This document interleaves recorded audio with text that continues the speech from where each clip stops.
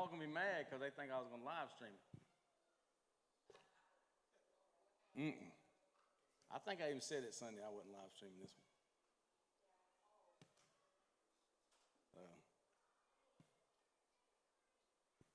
Do do do do do do do. I think they some didn't come because they didn't want to be held accountable.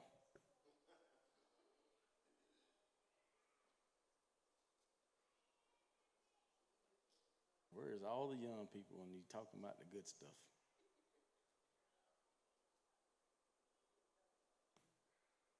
I'm gonna give it about 2 more minutes, y'all. Know.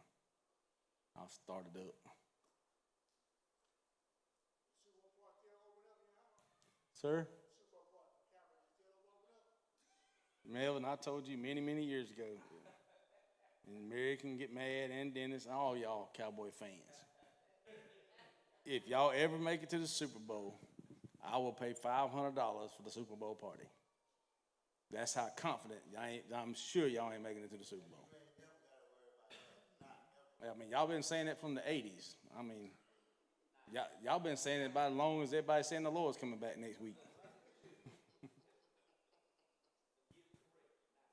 It's in the '90s. It's the '90s. In the '90s. I remember when they used to have bicycles, and they only had two bicycles that had football teams on it. They had a Pittsburgh Steelers bicycle and a Dallas Cowboy bicycle. They were the only two. Huh?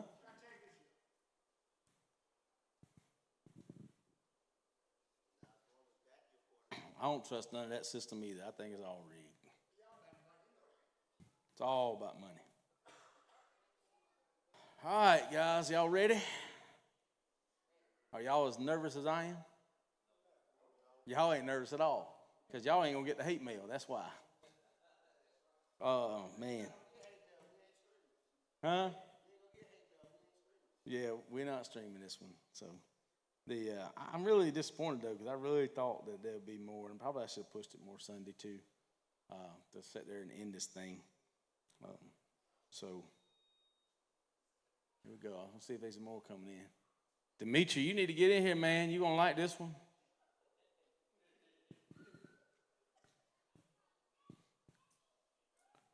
Oh Lord, I'm getting nervous, y'all. All right, y'all ready? I'm stalling. Y'all can't tell that I'm stalling. So we've been doing marriage now for what, at least 2 or 3 months, maybe for a couple while, at least 2 months. And so this is kind of I won't say the finale. I might do some more stuff, but we're gonna talk about marriage and sex. And I want to I'm gonna start out this way, and I'm gonna tell you why. How many were raised in church? All right, so most of us were raised in church. We've always been told that sex is bad, sex is bad, sex is bad, sex is bad, sex is bad, sex is bad, sex is bad. So the problem is that when we get into our marriages, that's for some of us that's raised in church, it almost has a nasty taste to sex. We think it is something dirty. I'm just being honest. That if you've been raised in church, especially with the friends that I grew up with, that everybody talking about sex, you don't talk about sex, you don't do this, you don't do that. And so you came into a marriage, there's almost a level of shame in sex. And I think that has put a bad taste for a lot of people in the church setting, and it's almost hurt marriages. And I say that because my mom and dad eloped, and they eloped, got married, and and back then those days, I remember her parents coming to her and telling her she's going to hell and stuff because my grandfather didn't agree with it, and you can't be doing this and you can't do that, and there's some Pentecostal people that you got to have sex in the dark. And there was somebody was telling me the old church that they went to said that they had a sheet that they would cover up and they just had a hole for procreation. And I'm like, that is the craziest thing in the world. We're talking about sex, y'all, so just get ready. But really, I think that if you were a Christian person raised in the South in Pentecostal churches, when you came into marriage, even when you got into marriage, if you did certain things and enjoyed it, you almost felt dirty because that was pushed down our throat. It was a constant thing that marriage was not meant for enjoyment. And that is not the truth. And so I want to break that stereotype up front that when you read the Bible, you got to understand that marriage, that sex is a part of marriage that you should enjoy. And it should be a thing that brings you closer together. And I'm going to give you 7 things, but I'm going to start out telling some stories, okay? That's why I didn't want to put this on. So I've been pastoring now a long time. So I've done a lot of marriage counseling. And some of them will tell you this, just kind of lighten the load. So we married a couple. I actually didn't marry. I was actually the best man. But I was there at the wedding and stuff. And so, but when they came back from honeymoon, they didn't ask the pastor to counsel them. They called Michelle and I and said, would you counsel us? And it's the funniest thing in the world because they came back and they had never kissed each other until the day they got married. And so I'm getting real blunt and stuff, so don't judge me, okay? I'm going somewhere with all this. And so they're sitting there and they're at their living room table, and I'm sitting there and I'm looking, and I'm going to say some things that's already going to make you get a little upset, okay? Because this is church, but I'm going to talk about sex. All right, y'all okay with that? I'm giving you a disclaimer. It's going to be kind of blunt. And so as they were sitting at the table, they stared at each other, and they look at us, and they stare at each other, and they look at us. And finally I said, one of y'all's got to tell us what's going on, or we can't help you. And so they kept saying, you tell them. No, you tell them. No, you tell them. I mean, this kept going on for like 15 minutes. I'm like, okay, guys, just tell us what happened. Don't worry about it. What do you need to know? And so finally, she shouted out, she said, he had an orgasm, I didn't. And I'm like, oh my God. I thought they got in an argument or something on honeymoon. I didn't know what was going on. And so I looked at Michelle and see Michelle's coming, and I was wanting her to really do this. And Michelle's very blunt. I'm going to go ahead and tell you, my wife's very blunt. And she sees a different dynamic on this stuff, and I love it. That's what I love about her. And I said, baby, you got this one. And I'll be honest with you, what she said threw me on the floor, and I'm going to tell you what she said. She said, boy, put your head between her legs, and when she gets done, you can start. And I fell out of the chair laughing because I can't believe she just said that. This is, we ain't been pastoring for 2 years. We fixing to get run out of this church. And so the thing about it is guys, they were people that were raised in church. They felt dirty. I'm just being honest. They felt dirty. They just got married, been raised in church their whole life, and they came at, they should be in shame. They shouldn't be ashamed if that's what God created between man and woman. Is this all right? And so I want to start with that. Now I've had some more stuff I could tell you, but some of y'all would probably get mad at me if I told you that. So I can tell you, there's probably nothing that's shocked me before in things. And so, matter of fact, I promise you that I had an interracial couple that got married, and he was black, she was white. And she said something one time in counseling that I have never seen a black man blush. And I promise, he turned three shades of red. And he looked at her, and I don't know what to tell you, man. I guess you better do your job. Because he was so embarrassed. He said, I can't believe you just said that in front of the preacher. She said, well, I told you. This is what you're going to do. And I was like, I think you just better listen to her. I can't help you with this one. So anyway, I can tell you a lot of funny stuff. Number one, I want you to realize that sex is an important element to becoming one in marriage. It is an important element of becoming one in marriage. Genesis 2:24 says, a man should leave his father and mother and cleave unto his life. They should become one flesh. I get mad because I've heard this before with church people. Well, all he wants to do is have sex, and he has a problem with lust. First off, y'all are one. He can't lust after himself. Uh-oh. Y'all are one. He can't lust after himself. So when I've had so many things, well, he has issues. And you got to understand this, guys. I'm going to be very blunt. Men are sight-driven. And women sometimes, as their bodies change and stuff, they want to cover it up and stuff. Men don't want you to cover it up. They want to see it. They're sight-driven beings. Women are completely different. It don't matter how many times we walk past them naked, they don't care. They're not fazed by it at all. But a woman can walk by, it don't matter. I've been married for 33 years. I'm still going to look. If I wake up in the morning, she's getting dressed, I still look. Because that's what we are. We're men. We're sight-driven beings. And a lot of times it's the shame thing that a woman would cover herself up. I don't want my wife coming in there wearing a flannel gown like they used to, my grandma used to. I don't want you looking like that. I'm just being honest with you. There has to be an element that sometimes after women get married for a certain amount of time, they don't dress up like they used to, and then they don't put on the makeup like they used to, and they don't try to seduce you like they used to because they got you. But there has to be that element there. There has to be a thing that you stay attracted to each other, because whether you like it or not, and I tell everybody this, there's going to come a time in your marriage you will be attracted to somebody else. That is a lie. So, I've never been attracted to nobody else. You're lying. If you've been out in the world at all, unless you lived in a bubble, there's going to come a time you will be attracted to somebody else. You have to become that for your spouse. It's all right? You have to become that. You got to be a level that you're sitting there willing. And because I'm going to tell you, if you don't do it, somebody else will. And then one thing I will say, Michelle and I have always been very honest with each other. And if we ever got weak, we'd tell each other. You want to see a powerful marriage, let a man and woman be able to be honest in front of each other. And being honest to the point, like, I like this, I don't like that. Or coming home and saying, look, this guy was coming on to me, or this girl was coming on to me.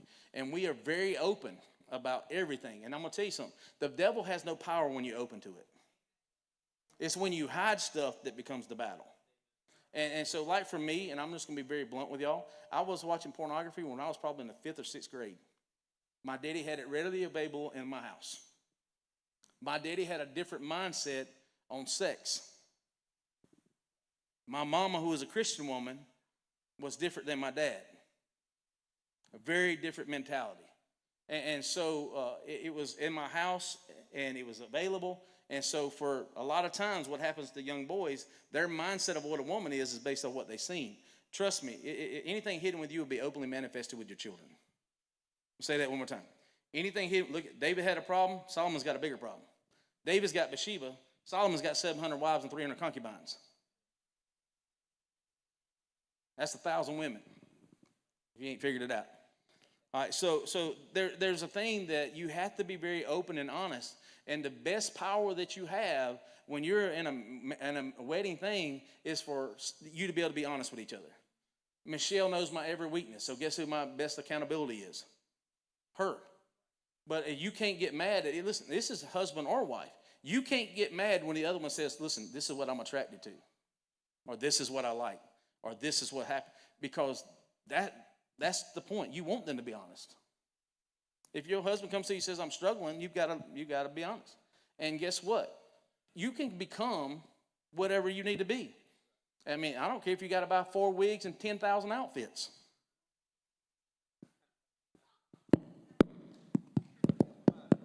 I'm trying to help somebody. Y'all ain't going to say amen to that. Are y'all all right? Y'all saying, oh, Lord, Pastor, y'all saying way too much. I used to love going to marriage conferences when I wasn't near my church folk, because I could say whatever we want to say. It's kind of hard when you're in your own house. And so, but you got to understand, God put man and woman together for a reason. And sex and marriage is you joining each other. It's being a part of each other. And it's knowing each other, knowing each other's physical expression, knowing anything. There's certain things about Michelle that I love, and I can sit there and look at her, and I know I can tell every detail about it. There's certain things in sex that I love about her. There's certain things that's what you learn about each other, and that's what helps you grow. But you got to understand, God designed this, not man. Are we all right? When God put Adam and Eve in the garden, he put them there to enjoy each other. All right? So number one, I want to make sure you get this, and I'm just talking about number one because I got a lot to go. Sex is a very important element of marriage. Now, I'm saying that, I'm going to give you the detail. The second to third year we was married, we couldn't stand each other. The luckily thing that with our background, where we came from in church, that you couldn't be divorced. So we hated each other's guts for about a year, but we didn't believe in divorce. Even though we might have been the greatest church folk, we still didn't believe in it. We didn't think there was an escape. And I'm grateful for my foundation because it probably saved us.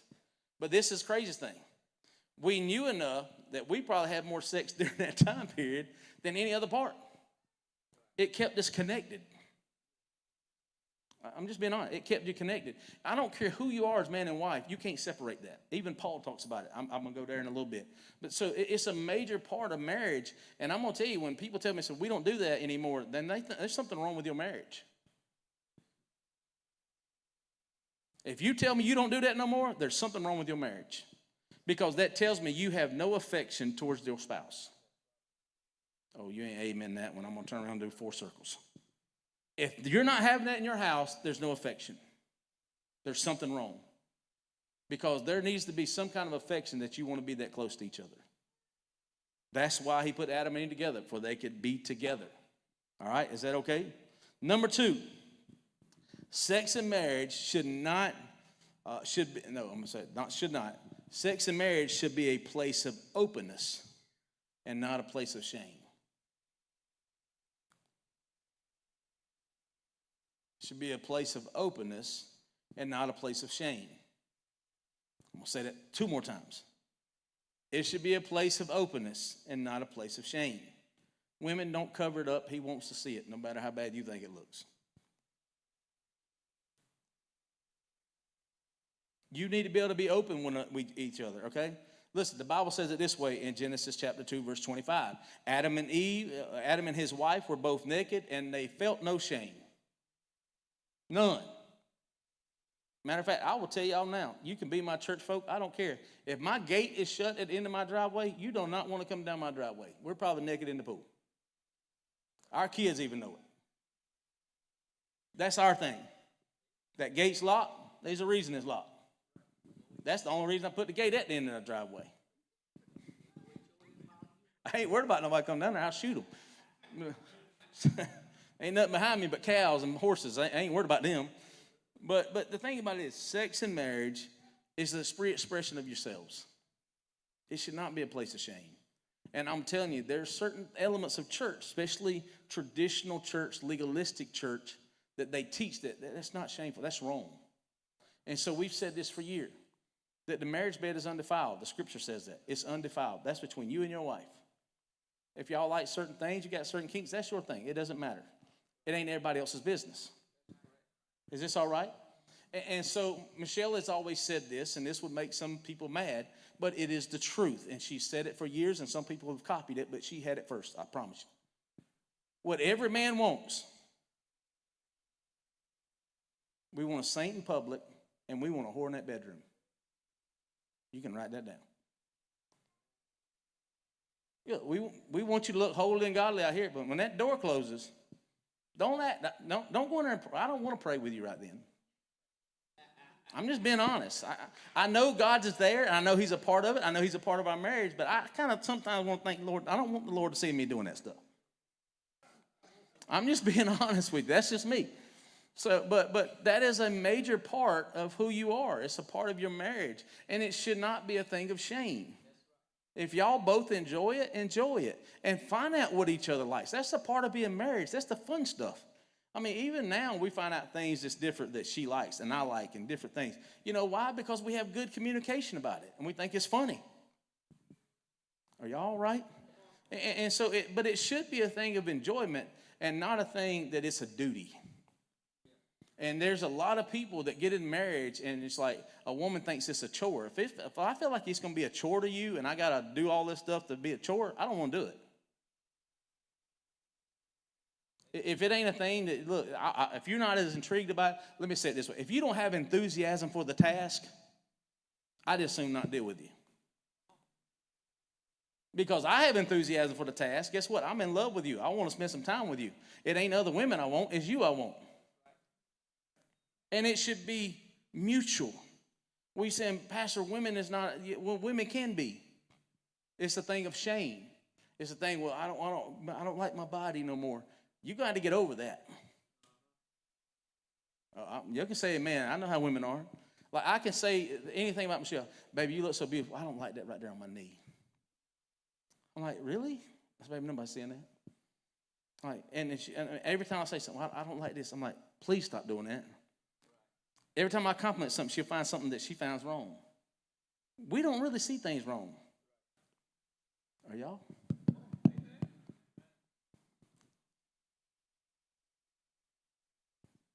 Y'all still okay? I ain't run anybody out of church yet, have I? I'm getting there. And this is the thing, too, that sometimes if you've had a sexual past, you can't sit there and bring something of torment from the old into the new. And I'm going to say that why. There's been a lot of people that have been abused or molested. And eventually what happens is you bring that into your marriage. And just let me hear this out. So because of what happened to you as a kid or happened in your first marriage or what somebody did to you, you now have this in thing, and he's paying for what happened to you. I'm a little different, guys. Don't get mad. Don't get judgment. I'm just being very open with you as a pastor. When a little boys get in trouble in school and say a teacher does something, that little boy ain't scarred. It ain't like a little girl. That little boy is bragging. He's not scarred at all. I get mad. He's so messed up. No, he's not. Because he's a boy. A girl, however, she's different. There's a mental block there. Are we all right? See, I think that even as men, I think we should teach our children the right way to treat a woman. I saw a movie the other day, and it was like these hippies and stuff, and he was telling his son, he was about to leave, he said, listen, always be a gentle lover. And I was like, man, he was actually giving his son good advice. Always care more about her than you do yourself. He said, if you run into women, make sure that you're about them and treat them right.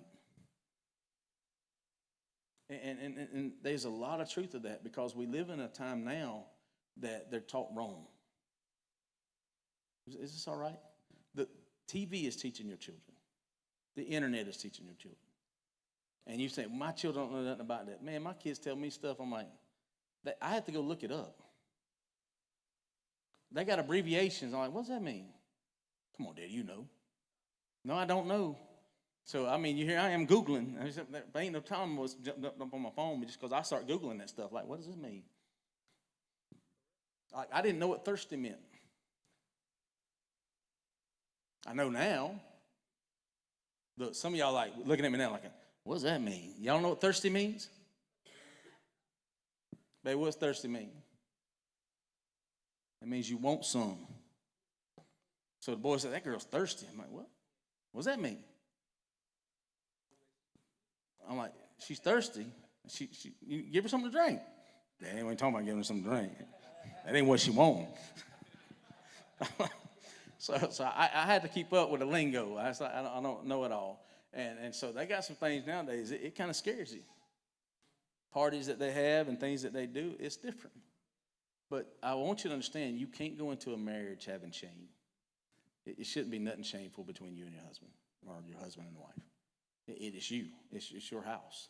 It's your bed. If you have fun, swing from the chandeliers, buy you some stuff. I mean, get you some furniture and equipment. That's what we fit and do as soon as kids leave. We're going to buy some furniture. You can come in my house like, if you don't go towards my bedroom, I might have a pole stuck up on that room before to go on. That's my house. I'm waiting for them kids to get out. Playground. I'm going to get a playground room.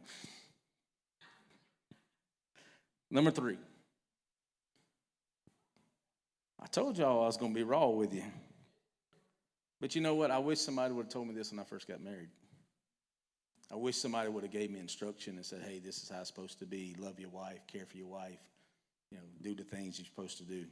Number 3, sex is for recreation, not just procreation.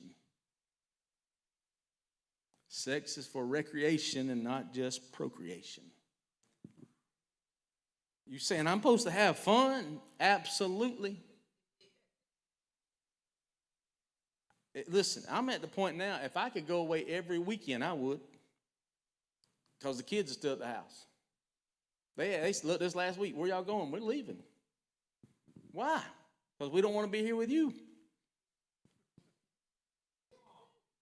Took off, went and got us an Airbnb in Charlotte, didn't we, baby?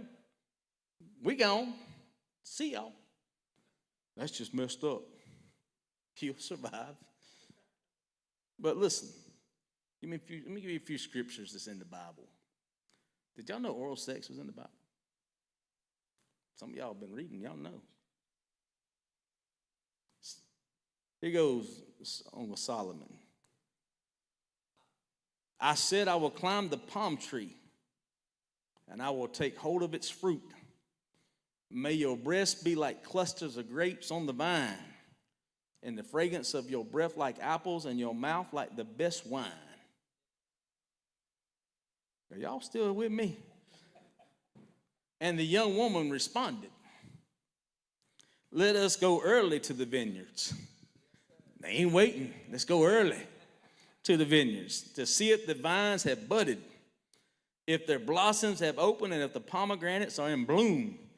And there I will give you my love. The mandrakes send out their fragrances, and out of the door is every delicacy, both new and old, that I have stored up for you, my beloved.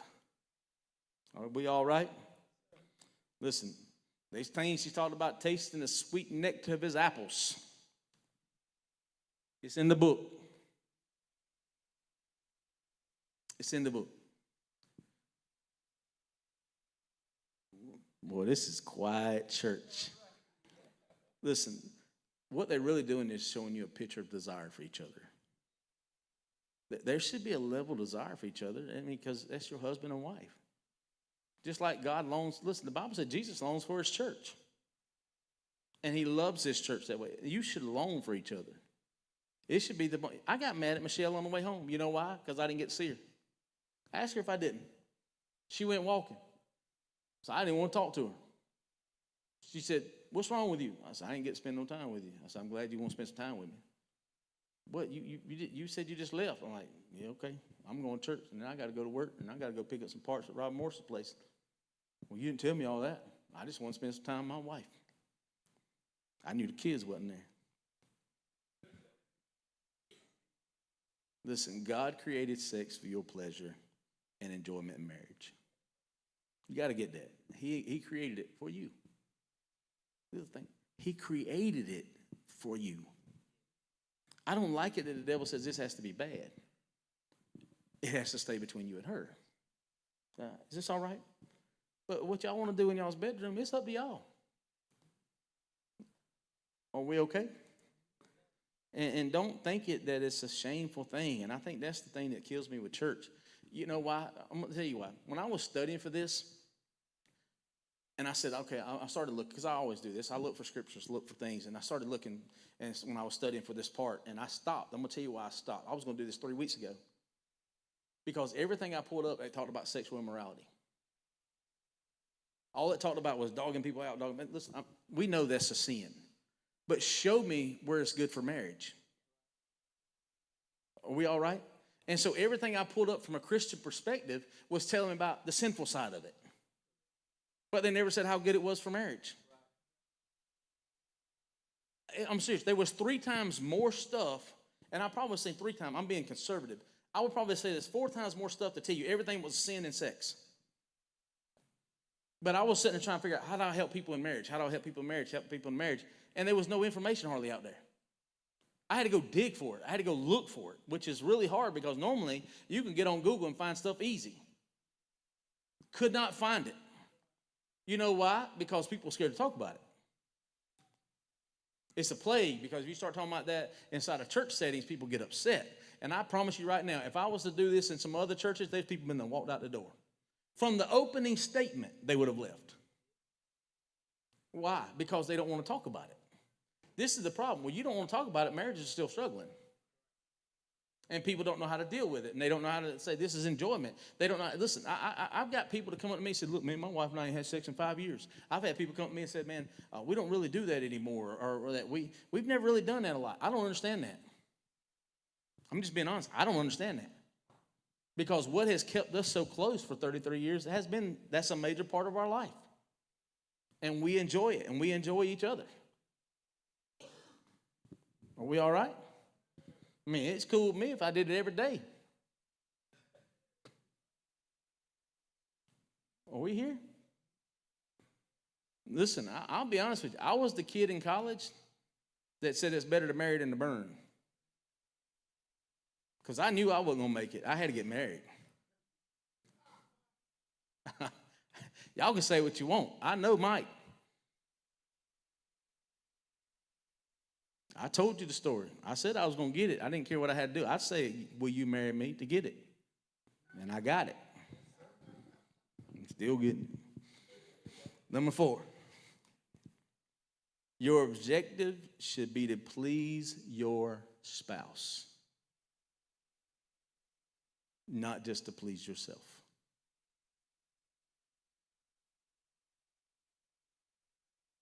Your objective should be to please your spouse and not just yourself.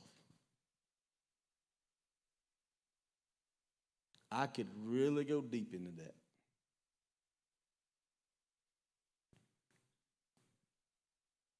That, to me,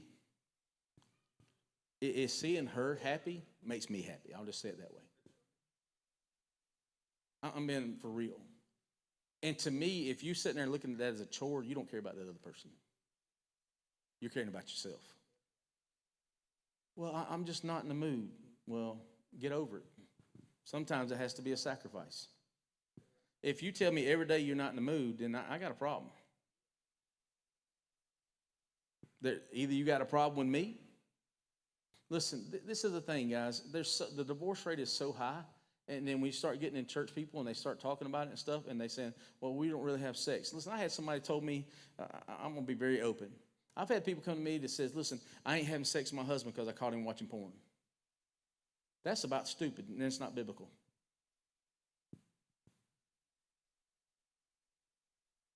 That's not biblical. That has nothing to do with your husband. You know what? You can help your husband, but you can't cut him off. If you cut him off, what do you think he's going to do? Because for most men, it's a release. It's a stress release. I'm just being very open. With women, it's more emotional. For men, it's a stress relief. And so if you're sitting there and thinking, well, he's struggling with this, and he's looking at other women, he's going to look because he's made to look. That's just part of his thing. Do you know how many times a day a man thinks about it versus a woman? Have you ever seen the stats? It's like 10 to 1 that a man thinks about it at least 4 or 5 times an hour. All you holy men in this room, same way. That's a mic drop. Because I don't like it when church folk get in here and try to act all holy and don't want to tell the truth. The fact is, I don't care how holy you think you are, that if a good-looking woman walks by, you're thinking about it. I will never forget that I was walking through the mall in Westgate Mall. I'll tell y'all, I don't care. I'll tell you. I'm at the point now, if you run me off, I'm going to be okay. And I remember this girl walked by me. She was a good-looking thing. This is back when I was still a lot younger. And I was walking down that mall, and I was like, man, I want to look at the other side.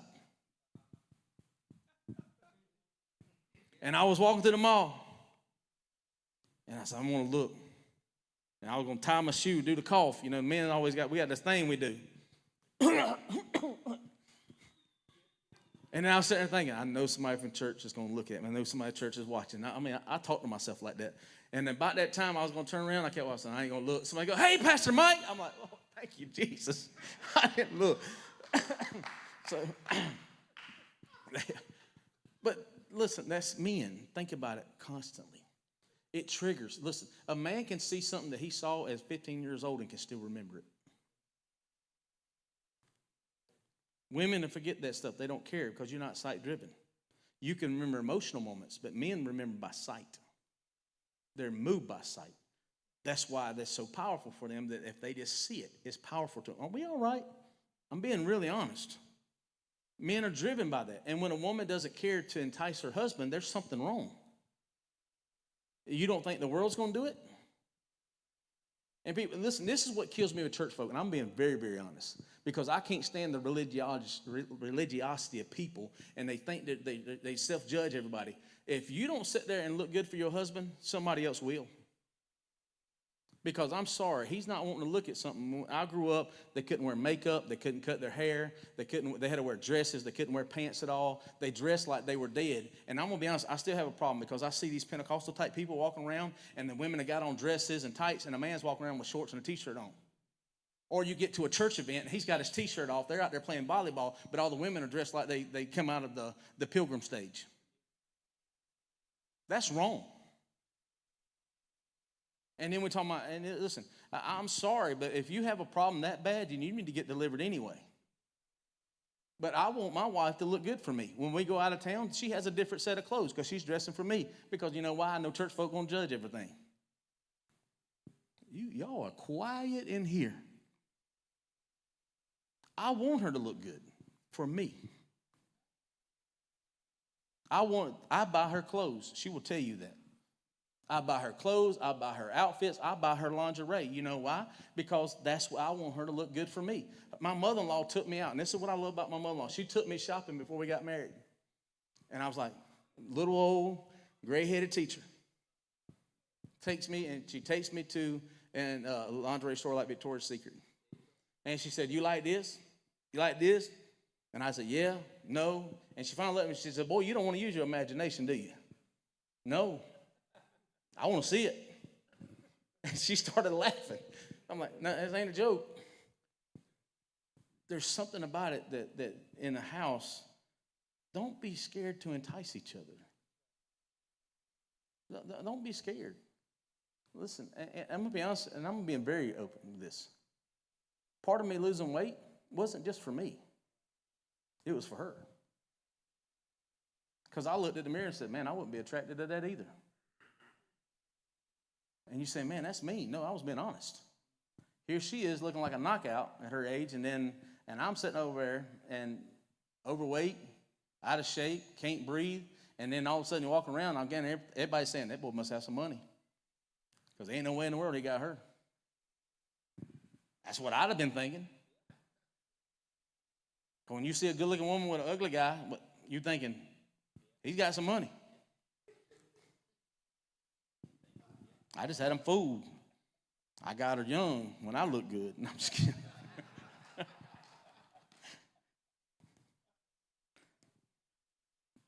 Listen, the husband should fulfill his marital duties, and likewise the wife to her husband. I'm giving you 1 Corinthians 7. The wife does not have authority over her own body, but yields it to her husband. In the same way, the husband does not have authority over his own body, but yields it to his wife. I'm supposed to yield my body to my spouse? Yes, you are. Well, he's struggling. He's in sin. This is what I used to, man, with women that were saved and their husband wouldn't. And the husband's not saved, and all of a sudden he's been out, and now you want to cut him off because you're saved. That is sinful. Oh, it's quiet. It didn't say because your husband's not saved. That's your husband. In covenant, that's your husband. You belong to him and he belongs to you. So I'll tell her all the time, that's mine. That's my stuff. Are y'all still here?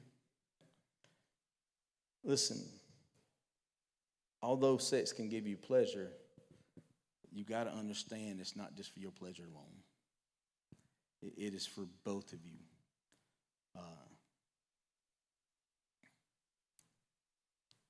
You got to try to please each other, guys. You got to understand, it's a physical expression of love. It's not just physical, too, but it's emotional for women. And I'm sorry, that don't mean you got to go in there and love each other and just be all kumbaya to each other. You can have fun, laugh, cut up. Is this all right? Do something different. It's different when you're in marriage. Number 5. Oh, it's a fun one. Don't use sex as a weapon in your marriage. Do not use sex as a weapon. When I counsel somebody and they say, well, I'm not going to do it because the Lord told me not to, the Lord did not tell you that. I'm serious. I got told that about 6 months ago. The Lord told me not to sleep with him, that he's not pure. All right, what Bible you been reading? You married to that man. It doesn't say whether he's saved, doing right, or doing perfect, or he's the best husband in the world, or the most godly man you ever seen. That's not what it says. That is your husband. Are we all right? And so you got to understand that it's not your weapon to be using against each other. And I will probably say that is probably more on the women's side than it is the men's side. Do not deprive each other except for mutual consent and for only a time, so that you may devote yourselves to prayer. So unless you're praying and fasting that whole entire time, and then Paul says only do it for a season, lest you be tempted. Listen, he's even talking to the person that's doing the fasting and praying. Well, that plays with you right there. You mean you fasting and praying can still be tempted? Yeah, if you're cutting off your partner. Because you're opening up doors. You're opening up doors. Listen, this is the thing. When sit there and men and women have things like that, and especially women are more emotional beings, I promise you, I've seen it so many times. I've seen it with pastors. And all of a sudden you walk up to somebody and you don't realize, because women vocalize what they're going through, men don't. This is men honest. Women vocalize it, and men don't. And so she goes to work, she starts talking about it, and all of a sudden now that guy goes, if I had a woman like you, baby, I would never treat you that way. He got you. I can't tell you how many times I've seen that. If I was a bad person and wasn't a pastor, I could play some serious games with people's heads. Because I've learned from doing this stuff to how people do dumb stuff and go in there and tell everybody else your business. That is not everybody else's business. That's your marriage business. It's not everybody else's business. It's y'all's business. Don't tell everybody about your marriage, but you also got to understand, do not use it as a weapon. Don't use it to manipulate. Don't use it to control. But listen, because men can be controlled with it. Let me give you a few biblical examples. I mean, a man named Samson in the Bible that walked holy in all the ways of God, except for one thing. He had a problem with one woman, and she could talk him into anything. And she sits there and gets him to the point that he tells everything that he shouldn't have told. Come on now. There's people out there that, believe it or not, they know how to do that, and sometimes they do it in marriage. I had a lady many, many years ago, it's probably been 20 years ago, she was telling us that she came out of an abusive relationship and an abusive marriage where there was other things brought to it, and she said, finally, I got abused so bad, she said, I realized I had the power. She said, so I switched it. And from that point on, after I left him, she said, I realized I controlled that situation with every man I ran into. She said, because I got tired of being run over, I used it for my power. It's been around a long time. You got to understand, you cannot use it as a weapon in your marriage. There's different ways of dealing with issues, but that ain't one of them. All right? It's supposed to be utilized for love. It's utilized for fun. Yes, it's the point of getting pregnant. All that stuff is great, but you need to be careful and don't abuse it. Don't abuse your power. I promise if there was anything that I've seen this so many times that people abused it in church and in their marriage. So number 6,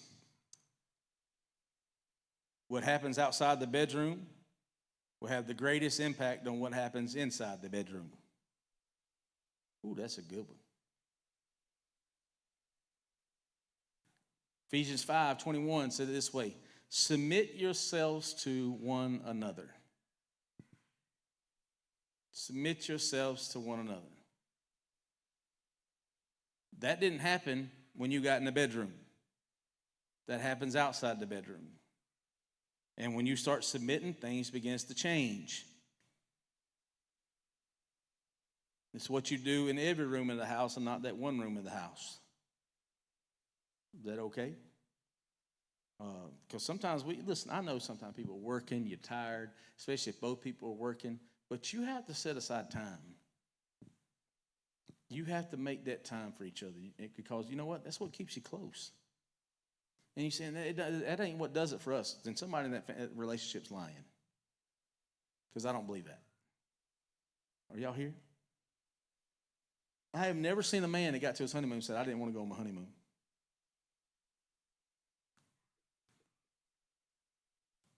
Never seen a man do that.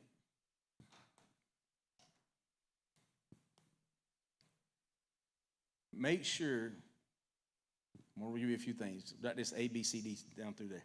Number A, I'm going to give them to you quick. Make sure you help each other with chores around the house. It makes it easier on both of you. Don't make it the responsibility of one person. That's why you don't have any time, or one of you is exhausted. B, don't let the care of your children dictate your marriage. Ooh-wee. Don't do for your kids when you won't do it for your husband or for your wife. I can tell you right now, kids will take your time. Y'all ain't amen million, but I'm telling you, this is good stuff. You cannot let kids dictate, the kids, the kids. Well, I came before those kids. That is one thing we have always said, Michelle will tell you that. We came before those kids. She is more important than them kids, and he is more important than the kids. Now, I ain't saying neglect your kids, but I'm saying is they came first. Set aside time regularly to talk and see how they're doing and how their day went. One of the greatest things that happened to us in sabbatical is that when we traveled every weekend, we drove everywhere, and we didn't get in a hurry until we went on the last vacations, and I got 2 speeding tickets. True. I was supposed to be in court on Tuesday, and I can't buy my speeding ticket. But really, we talk so much that we've never talked that much. And I just sat there, I would realize, because I'm a speeder, okay? I'm a heavy-footed guy. I wasn't in a hurry. And we just rode and said, when it got snowed in West Virginia, we were coming back down the hill. I said, you know what, I think my family's buried up here. We took a 2-hour detour and went and stayed somewhere else. You know what? Because we were just having good conversation. Just having good conversation. And guess what? It wasn't always about the kids. Sometimes it was about good stuff. The fun stuff. Set aside time regularly to talk. D, find activities you can do together. Go home, play spin the bottle, flip the coin. Find some activities you can do together. Make it fun. The one thing I found out is me and her love working out together. I like working out with her. I think it's kind of a thing to me that's kind of exciting me. Work out together. Do something. Find activities that you can do together. I'm going to say it again. Find things you can do together. It don't always got to be your kids. It ain't always got to be in the bedroom. It can be things you just want to go do. All right? Find activities. E, pray together. Discuss things with God. Just do that before you go to the bedroom. Pray together. All right, F, worship together. Listen, I always try to put couples in the same ministry because I thought it would always be easier. Some couples don't want to be in the same ministry together. I'm talking about at the church. But I'm saying is that it's easier when you serve together, if you like the same thing. So we always used to try to put couples that were serving together in the same department. Some couples don't want to do that. They don't get along good, so they don't want to. But it's if you're serving together, it makes it better. Find things you can do to serve together. And here's my last one on this. Go back to the days when you were dating. So I've always been a player. Okay, I'm going to bring it back to the fun stuff. Some of y'all guys ain't got game. I always had game. I wasn't that pretty, so I had to be able to talk smack. And baby, could I talk some smack? She'll tell you that. I could talk some smack, man. I could get the prettiest girl in the room just by talking smack. And done it many times, just being honest. Because I talk junk. And girls sometimes like a good game. Sometimes it is game. Matter of fact, one of the first times I talked to her after that, I told her, girl, you ain't all that. So who you think you are? I told your daddy works here. You know what? She went home. She said, who's that guy? Who is that guy? Who does he think he is? You know what she did? She remembered me. Then I worked my angle. And so then I take her on a date. baby, you want to jump in, you can say this. This is true stuff. I took her on a date. Our first date, I went and picked her up on, I call it Blueberry Hill, but that wasn't really the name of the hill. And I took her to Lookout Mountain. Took her out to dinner. She's like, she ain't never had a guy take her out to dinner. I bought her a steak dinner, took her to Lookout Mountain on top of that mountain. And I knew I had her because I got to the top of that mountain, and all of a sudden, I wasn't even trying, and she grabbed me by the coat and pulled me in and kissed me. I was like, I got you. Is that not the truth? She jerked me in and kissed me. I said, player got the game. I done told you this doesn't work. And so, seriously, that was the thing. But I always had a signature move. Now, she didn't know about my signature move until about 10 years after we were married, and my sister started laughing. If I thought I had a good date and there was potential for something else, I always sent flowers the next morning. Always. So about 10 years later, Michelle was talking to my sisters. And was it 10 years? How long was it, man? It was about 10 years. And she was talking to my sister, yeah, he was so sweet. And we went out and he paid for everything. I never had a guy pay for everything. He opened my doors. I never had a guy do all that. And then the next morning he sent me flowers and it was so sweet. And my sisters busted out laughing. And she goes, they said, Michelle, he did that for every girl he went out with if he thought he was going to get something more out of it. She turned around and hit me. I'm like, you got to know the game if you're going to play this thing. So my signature move.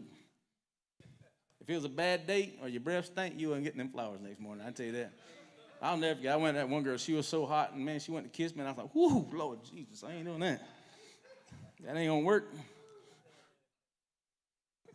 We telling too much. Listen, go back to those days when you went out, and we still talk about it. The stuff that we went out and traveling and things, going on trips together and sports, because we played on the college basketball team together, and we'd travel and stuff. And man, go back to, matter of fact, you know why we went to West Virginia? Because we went to a school up there. It was one of our first bus trips on the college basketball team. The boys and girls would ride the same bus in college to basketball, and we went to Bluefield College. So we went up there to go skiing. We went and stayed in Bluefield. I was making out on that bus on the way to Bluefield with her daddy up front, didn't know. Man, I don't even want her daddy over. I'm telling you how good I was. I want her daddy over. I knew she'd been talking about me. You know how I know? She ain't gonna admit this. I was walking out of the gym going to my car, and her daddy walked out at the same time. Her daddy was the athletic director at the college where we played at. So, and he walked out at the same time, and he goes, hey, Mike. He said, I ain't got no room in my car. I said, can you take her home?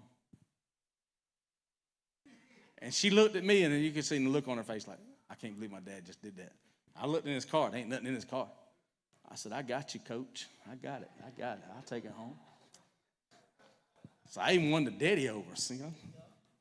Player. It used to be the mamas that loved me. I don't know why the mamas love me so much, but number 7, I got to behave. Y'all going to say something wrong with that pastor. The Lord saved me, sanctified me. He treated me right. But I still have issues. All right, I want you to remember this. You have the freedom to do what you want. You have the freedom to be. Marriages should be honored by all, and the marriage bed kept pure. God will judge the adulterer and all the sexual immorality. We know that. But that marriage bed between you and your wife is undefiled. Are we all right? I'm serious. That's the biggest thing I really believe is so many people are like, I should be shameful. No, you shouldn't. If y'all want to go in there and play Chase the Chief or whatever, do whatever you want to. Y'all work. Listen, the boundary is between you and her. It's between you and him. That's the boundary. Don't look at sex and marriage. It's a bad thing. It's what keeps you connected. All right? And then the thing about it is, have fun. I mean, listen, I get worried when couples don't have fun no more. You know, and one thing I'll say this, and this is, I'm going back to this. In my family, my dad taught me a different way, okay? But this is the difference. Y'all know my house was dysfunctional. and how my daddy saw things and did things. Some of you men know some more detail about this stuff, and I'm not going to say. But I remember one time popping Michelle on the tail as she walked by, and my daddy jumped all over me. He said, boy, don't disrespect your wife like that. I'm like, man, that's my wife. Showing her affection. Now, I came from a dysfunctional family. Her dad was a pastor in a very peaceful home. And he was always doing that to his wife. He would and think it was funny, and I'm like, and I started looking like, there's nothing wrong with showing affection to your wife. Matter of fact, our boys would get laughing at us. They'd be, y'all got to go home. Y'all go home. Go home. Y'all acting like teenagers. Y'all acting like teenagers. There's nothing wrong with that. We are teenagers at heart. But the stigma of it is you got to understand that's you together. Have fun. And when you stop having fun, there's something wrong. But if you go back to times you were dating and it's just between you, make it what you want it to be. Make it what you want it to be. And listen, I'm going to be honest, I really wish I could spend more time on the manipulation inside of a marriage and all that stuff. That is wrong. That is wrong, and I'm going to be honest with you. To me, it's almost witchcraft. You want to talk about being spiritual? When you do that junk, it's almost witchcraft. And I could biblically try to prove that to you. And don't go deep into it and start saying, well, what do you mean by that, Pastor? I'm saying is when you're trying to control and manipulate people, that's the spirit of Jezebel. That is not your job to manipulate and try to control your spouse in either direction. A man saying, well, I ain't going to give you no money if you're going to do this for me. That's manipulation. A wife saying, I ain't going to give you this if you don't do this for me. That's manipulation. That is not marriage. That's wrong. That's trying to control each other. Loving each other and submitting to one another is Christ's way of doing things. If you submit to each other and you serve one another, you don't listen. Please write this down. I hadn't said this in a long time. Bishop Tony Miller taught me this. He said, service gives you access. Access gives you permission. Service gives you access. Access gives you permission. So what do I mean by that? Let me tell you exactly what I mean by that. If I come in here and serve Mark, I get access to Mark. When they served with Christ, they got access to Christ. And then eventually, access gives you permission. If you don't serve, you don't get access. Is that all right? But if you're serving your wife or you're serving your spouse, you get access. And that access gives you permission. The service is a big part of it. Are we all right? Especially, too, guys, I'm going to be honest. Women think about everything. It don't matter in the middle. Listen, you could be in the middle of sex and she'll ask you about, did you pay the bill? I'm like, really? You going to ask me that right now? Like, or did you check on the kids today? I'm like,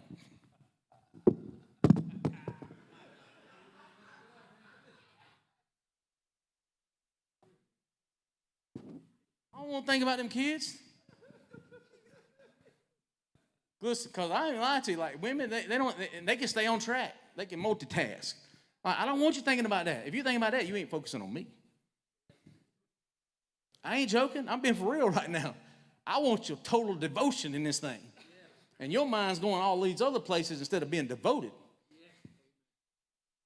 And he said, I'm sorry. That ain't a joke.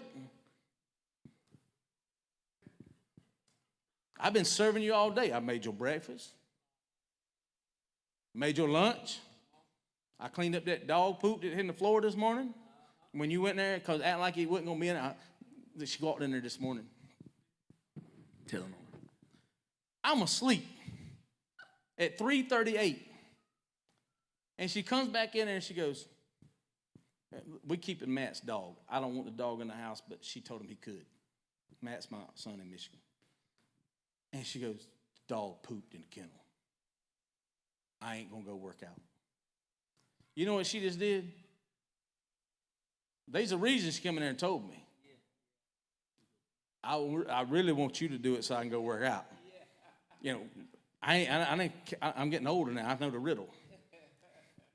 I said, baby, I'll go get the dog stuff up. And she knows I don't want that dog in my house. And I made her say I wasn't going to do nothing with that dog. But I knew what she was hinting towards. And she came back, and I told her that, and she smiled. Like, I got you. But service gives you access. It really does. The less I can take off her plate. But women, don't get in there and start talking about the kids and bills and everything. I don't want to talk about that. Focus. Focus. Y'all think I'm joking, but everybody in this room, if you've been married for a while, you know exactly what I'm talking about. Focus. Enthusiasm. For each other. Listen, being for real. That is really the strength, and I can tell you this, for somebody who's been married 33 years, that I really do love that woman more now than I did ever before. And I ain't going to say it's always been that way. The first 3 years I was married, some of you have heard this, I was deployed for 2 of them. That's a long time to be apart. And then we came back, we had sex like rabbits because we'd been apart for so long. And then we didn't know how to talk to each other. And then to the point when you're first getting started, you're trying to figure out how to make it. If you're worried about bills, it's hard to have sex. You got so much stress on you. And sometimes you got to set aside everything else and just connect. And you say, man, it ain't posted. Yeah, guys, God created it for you. Don't let the devil destroy something God created for you. You just got to do it in his boundaries. And once you hit husband and wife, that's your house. Enjoy it. And I'm going to be honest, if I really believe you got a strong marriage, you can act like you fake it, but I bet you got a strong sex life. If your kids have never seen you show affection to your spouse, there's something wrong. I like it that our kids say, y'all just go get a room, go just leave. Okay. Y'all ain't taking us with y'all this weekend? No. I didn't raise you, bro. You done. But you know what? This is really what I think. I hope they treat their wife the same way I treat mine. I want them to see how to treat your wife.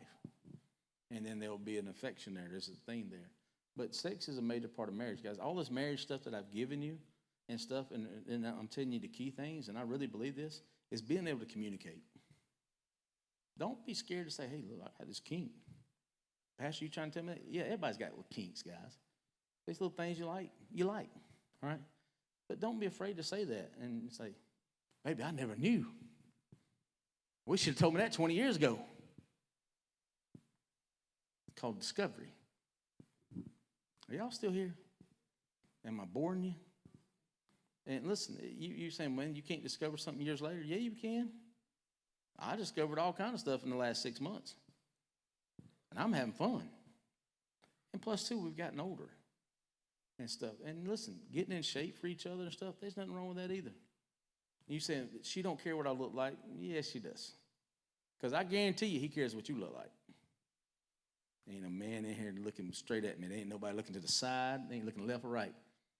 Yeah, they care. But they still love you. Don't hide it. They love you the way you are. But enjoy each other. And I promise you, that's a major part of staying connected to your spouse. If you don't have that, then I don't think you have affection for one another anyway. Well, we just don't care about that. That's a lie. That's a lie. I hope we're still 80 acting the way we act right now. And seriously, I want to get kicked out of the nursing home. She told me today, she said, if we ever get bad off, that we just decided, I think we need to go into assisted living together and not put that pressure on our kids. I said, let's put it on the kids. They got my money. And I said, baby, we're going to assisted living together, and they're going to kick us out. I'll be like, y'all better shut that door. Don't be coming up in our room when you ain't got no access. You're going to get shocked, like her brother did when we first got married in his room. Stand to your feet.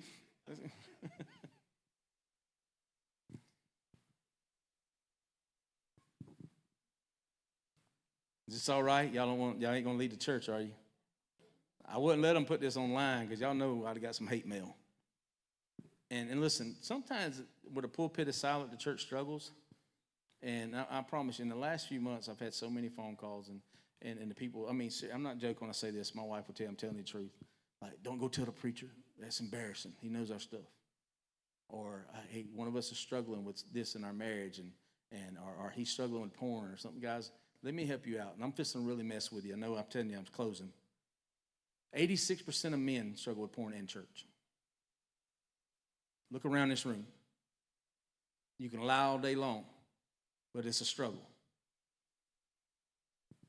I got called to speak at Wofford College about 10 years ago. 80-something% of every internet website that's hit at Wofford College from their servers is pornographic.